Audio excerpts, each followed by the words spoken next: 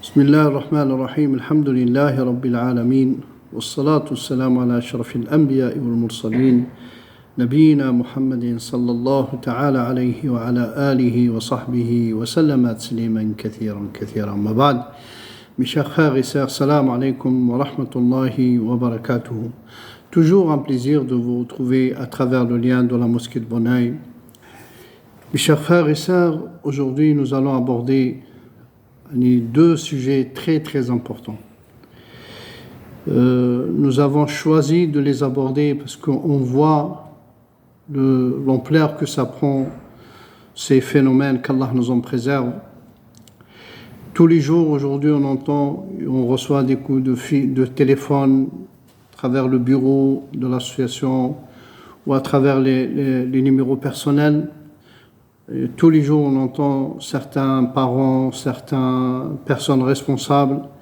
Venez, j'ai ma fille, j'ai mon frère, j'ai ma sœur, ils sont touchés, on sent qu'ils sont malades ou ils ont été touchés par l'invisible, qu'Allah nous en préserve de leur mal.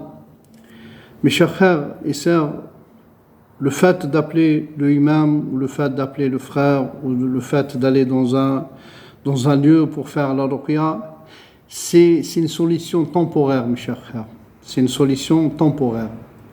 Mais la solution à durée indéterminée, c'est la solution qu'Allah Azza wa Jal nous propose à travers le Coran. C'est ce qu'il nous a enseigné notre prophète sallallahu alayhi wa sallam. Mes chers frères et sœurs, l'insouciance, le manque d'invocation d'Allah Azza wa Jal, le manque de spiritualité, le manque de la lecture du Coran surtout, le manque de la lecture du Coran. Quand on voit à travers la vie qui mènent nos frères et nos sœurs, qu'on voit les proches, les loin, les jeunes aujourd'hui, quand on voit ce vide spirituel, on comprend pourquoi que les shayatines, le djinn, fait une fureur chez les gens, fait un désordre incroyable chez les gens. Allah Azza wa Jal, il nous dit dans le Coran, فَإِذَا قَرَأْتَ الْقُرْآنَ جعلنا بينك وبين الذين لا يؤمنون بالآخرة حجابا مستورا. Et dans sourate An-Nisa, ولن يجعل الله للكافرين على المؤمنين سبيلا. فإذا قرأت القرآن فاستعذ بالله من الشيطان الرجيم فإنه ليس له سلطان على الذين آمنوا وعلى ربهم يتوكلون إنما سلطانه على الذين يتولونه والذين هم به مشركون. Allah Azza wa Jalla nous a donné le remède à travers le Coran. Tous les jours on entend, que ce soit à travers le téléphone de l'association, que ce soit le téléphone privé. Tous les jours on entend des personnes qui appellent, mon fils il a ça, ma fille elle a ça, ma femme elle a ça, mon mari il a ça, il a été touché, il a été fait. Pourquoi? Aller vers la personne qui fait le ruqya, c'est une solution temporaire, mes chers frères et sœurs. C'est une solution temporaire. Il faut prendre la solution qu'Allah nous a donnée. Plus il y a la lecture du Coran, plus on sort de l'insouciance. Vous voyez, vous regardez, et vous êtes vous-même peut-être concerné. Toute la journée, la personne, elle est à travers dans le téléphone, dans l'insouciance. Allah Azza wa Jalla nous interpelle, il dit وَلَا تَكُونُوا كَالَّذِينَ نَسُوا اللَّهَ. Ne rentrez pas dans l'insouciance à fond. Pourquoi notre prophète sallallahu alayhi wa sallam il nous a appris ces invocations, les invocations du matin, les invocations de l'après-midi? Vous allez me dire, ouais, certains disent, ouais, mais on est touché. Non, on est touché, mais le mal il est amoindri. Le mal il fait pas autant de tort comme il le fait aujourd'hui, comme on le voit aujourd'hui. C'est, mes chers frères et sœurs, c'est la solution durable. Prenez la lecture du Coran. Faqra'u ma tayassara min al-Qur'an. Lisez un peu de Coran. Lisez. Il faut qu'il y ait un rendez-vous de tous les jours, un rendez-vous journalier avec le livre d'Allah Azza wa Jal, la lecture du Coran. C'est la cause que Allah nous a donné pour nous préserver, comme vous l'avez entendu dans le verset qui sont passés, qu'on vient de citer, Anifan, les versets qu'on vient de citer. La lecture du Coran, c'est pour cela que notre prophète sallallahu alayhi wa sallam, dans le hadith authentique, il a dit la Baqara, Suratul Baqara, la yaqdiru alayha al-batara. Les shayatines, les sorciers, ils ne peuvent rien contre la Surat al-Baqarah. Et quand elle lit cette surah dans la maison, Allah les préserve pendant 3 jours minimum. Pendant 3 jours, les shayatins ne tournent pas dans cette maison. Ils ne tournent pas. Quand l'un de vous rentre chez lui, invoque le dua, dit le salam, passe le salam à la famille, en rentrant. Les invocations, mes chers frères, pour que Allah il nous débarrasse de ce phénomène, pour qu'Allah il nous protège contre ce phénomène, n'hésitez pas à nous sortir. Il faut sortir de l'insouciance. Qu'Allah Azza wa Jalla nous préserve de l'insouciance, les invocations.